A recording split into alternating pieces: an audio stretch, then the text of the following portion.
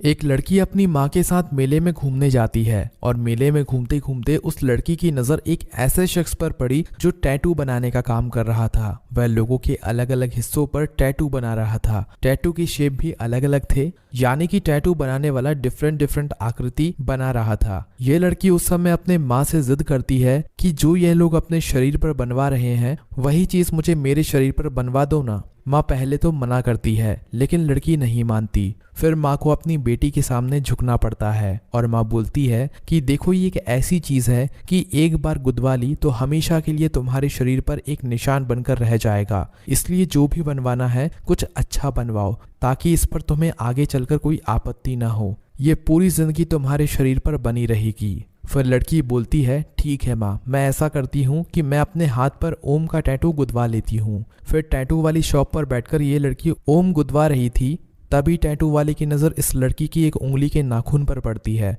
उस नाखून को देखकर उसकी माँ को टैटू वाला बोलता है कि आपकी बेटी का नाखून बाकी लोगों के नाखून से काफ़ी अलग है। यह लड़की आगे चलकर उत्तर प्रदेश के कॉम्पिटिटिव एग्जाम को क्वालिफाई करती है और वह हेड कांस्टेबल के तौर पर नियुक्त की जाती है। अब इस लड़की को हेड कांस्टेबल बने हुए कुछ ही दिन हुए थे कि इस लड़की को एक ऐसे लड़के से प्यार हो जाता है जो महज 7वीं पास था और कोई काम धंधा नहीं करता था, मगर वह जिम जाकर बॉडी शॉडी अच्छी बनाया था। खैर इससे वह लड़की प्यार कर बैठती है और आगे चलकर यह लड़की कहीं पर गायब हो जाती है। और जब यह मिलती है तो ये एक हेड कांस्टेबल लड़की बनकर नहीं मिलती है बल्कि एक शव का टुकड़ा बनकर मिलती है।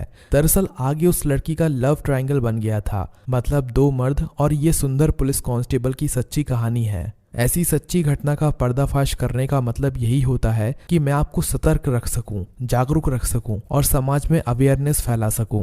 आगे इस पूरी सच्ची घटना को जानने से पहले आप कमेंट करके बताएं आप ये वीडियो किस जिले से देख रहे हैं। ये सच्ची घटना है उत्तर प्रदेश के जिला मुरादाबाद के एक गांव देवापुर की। देवापुर के जंगल में कुछ किसान अपने खेतों में काम कर रहे थे।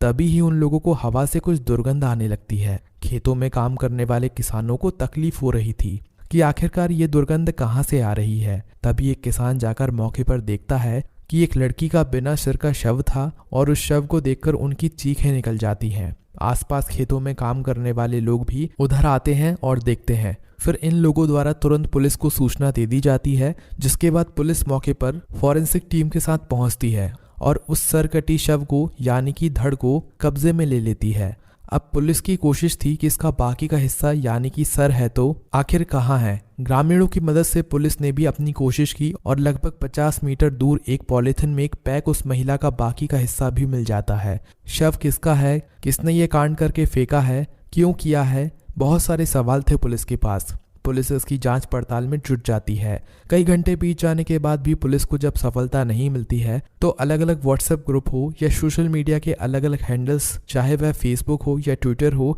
इन सभी पर वह अपलोड करते हैं और देखते हैं कि आखिरकार कहीं से तो यह सूचना मिल सके कि कोई लड़की गायब तो नहीं हुई है। इस लड़की की पहचान करना बहुत कठिन था क्योंकि ये शव जो बताया जा रहा था 5 या 6 दिन पुरानी बात बताई जा रही थी। पुलिस को 17 अक्टूबर 2024 को दोपहर के समय यह शव मिलता है।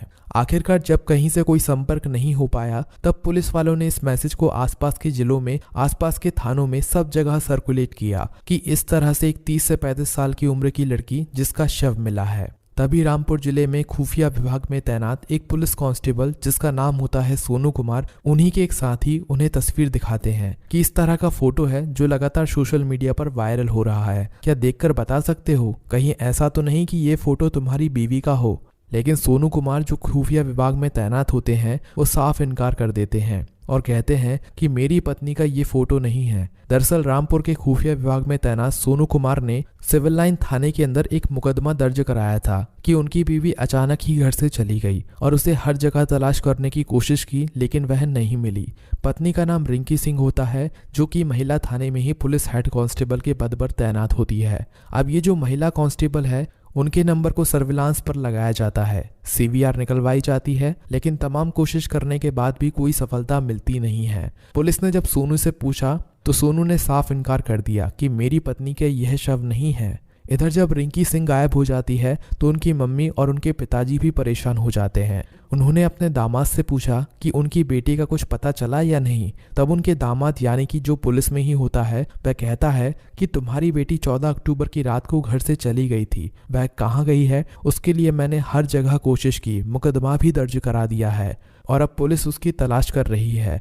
इसीलिए पुलिस ही ढूंढ पाएगी कि वह कहाँ गई है। इसी बीच पुलिस ने रिंकी सिंह की मां हरवती देवी से भी संपर्क किया और उनसे कहा कि हमें एक शव मिला है, आप पोस्टमार्टम हाउस में आ जाइए, आकर देख लीजिए, कहीं ऐसा ना हो कि यह बेटी की लाश हो और सोनू इसे पहचान ना पाया हो।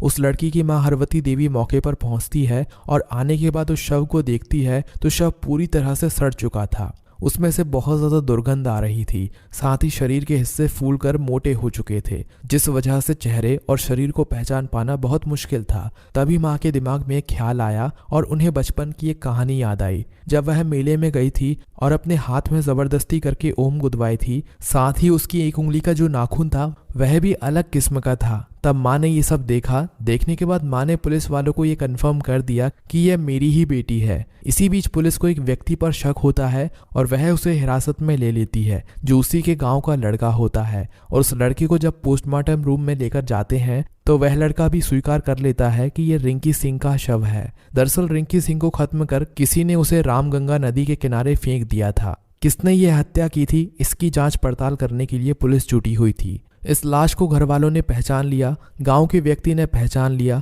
लेकिन जो पति है वह नहीं पहचान पा रहा था। और क्यों नहीं पहचान पा रहा था, इसी बात पर पुलिस को थोड़ा शक होता है। इसीलिए पुलिस सोनू कुमार को भी हिरासत में ले लेती है और सख्ती से उससे पूछताछ करती है। और कहानी जब निकलकर सामने आती है तब लोगों को बड़ा आश्चर्य होता है। दरअसल उत्तर प्रदेश के चांदपुर का एक गांव है रायपुर। यहाँ का रहने वाला सोनू कुमार और यहाँ से 7 किलोमीटर दूर एक गांव पड़ता है दरबंड। यहाँ की रहने वाली होती है रिंकी। दोनों ही पढ़ाई में शुरू से होशियार होते हैं। साल 2011 में दोनों की उत्तर प्रदेश पुलिस में बतौर कांस्टेबल के पद पर नौकरी लग जाती है और उनकी तैनाती एक साथ होती है। दोनों की आपस में दोस्ती हो जाती है और दोस्ती कब प्यार में बदल जाती है पता ही नहीं चलता। दोनों अपने परिवार से बातचीत करते हैं कि हम शादी करना चाहते हैं। परिवार की सहमति के बाद रिंकी सिंह जो महिला कांस्टेबल होती है और सोनू कुमार जो पुलिस कांस्टेबल होता है, इन दोनों की 2013 में शादी हो जाती है और इनको संभल में पोस्टिंग मिलती है। इसी बीच बच्चे भी पैदा हो जाते हैं। इनके 2 बेटे होते हैं और साथ ही इन्होंने अपना घर बनाया और घर बनाकर दोनों खुशहाल जिंदगी जी रहे थे। 2022 में इनकी पोस्टिंग हो जाती है जिला रामपुर में और ये लक्ष्मी नगर में रहना शुरू कर देते हैं। लगभग 1 साल पहले सोनू कुमार को पता चलता है कि गांव का ही एक लड़का है जो शराब पीता है, आवारा किस्म का है, 7वीं फेल है। उस लड़के से उसकी बीवी प्यार करती है, वह भी इसको प्यार करता है और दोनों के आपस में अवैध संबंध है। दोनों कई बार अवैध संबंध बना चुके हैं। इस बात को उसने कई बार समझाने की कोशिश की। महिला कांस्टेबल के माता पिता को भी इस बात की जानकारी थी और जानकारी होने के बावजूद भी जब घर वाले उस लड़के के खिलाफ शिकायत वाली बात करते हैं तब रिंकी सिंह आकर साफ साफ कह देती है कि इसके खिलाफ कोई कार्रवाई ना करे और वक्त आगे बढ़ता जाता है। इसी बीच उसका जो पति है सोनू कुमार, वह भी उसे समझाने की कोशिश करता है, लेकिन रिंकी सिंह अपनी हरकतों से बाज नहीं आ रही थी। इसी बात को लेकर अब दोनों के बीच विवाद होने लगते हैं। 2 बेटे थे, अच्छी खासी नौकरी चल रही थी, सब ठीक होता है, लेकिन इसके बावजूद भी वह नहीं मानती है। इसके बीच में सोनू कुमार की मुरादाबाद की ट्रेनिंग एकेडमी में 1 महीने के लिए ट्रेनिंग होती है, जिसके लिए वह मुरादाबाद चला जाता है। और इसी बीच उसे पता चलता है कि रिंकी सिंह ने भी 1 महीने की छुट्टी ले ली है और छुट्टी में उसे जब भी मौका मिलता है वह अपने प्रेमी से मिलती जुलती रहती थी। 14 अक्टूबर 2024 को दोनों को दोबारा से ड्यूटी ज्वाइन करनी थी और इसी बीच इन दोनों की कहासुनी हो गई। इसके बाद उसी रात को इन्हें गुस्सा आता है और वह उसी समय अपनी पत्नी का गला दबाकर उसकी हत्या कर देता है। हत्या करने के बाद फिर भी उसका गुस्सा शांत नहीं होता।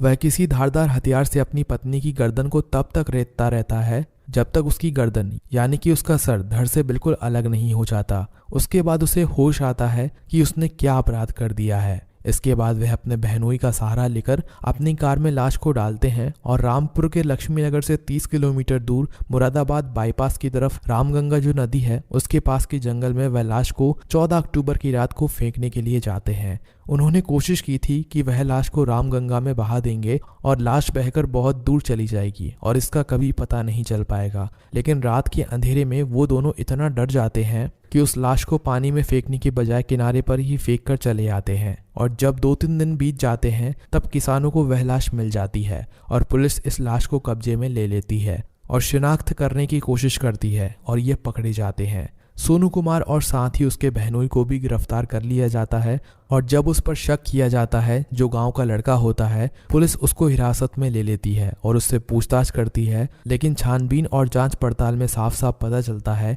कि पुलिस कांस्टेबल सोनू कुमार ने अपने बहनोई के साथ मिलकर अपनी पत्नी रिंकी सिंह का कत्ल किया है और उसकी लाश को ठिकाने भी लगाया है। तो पुलिस इन्हें गिरफ्तार कर लेती है और जेल भेज देती है। इस तरह से दोनों की गलती की वजह से एक की जान चली गई और एक को अपनी पूरी जिंदगी जेल में काटनी पड़ेगी। दोस्तों, इस पूरी सच्ची घटना को सुनने के बाद आपको क्या लगता है, सबसे पहली गलती किसने और कहां पर करी? मैं आपसे पूछना चाहता हूं कि हेड कांस्टेबल लड़की ने 7वीं पास लड़के से प्यार करके सही करा या गलत? आप कमेंट करके जरूर बताइए, क्योंकि ऐसी कहानी में जनता ही फैसला कर सकती है और ज्यादा लोगों का बहुमत ही बताएगा कि गलती किसकी थी।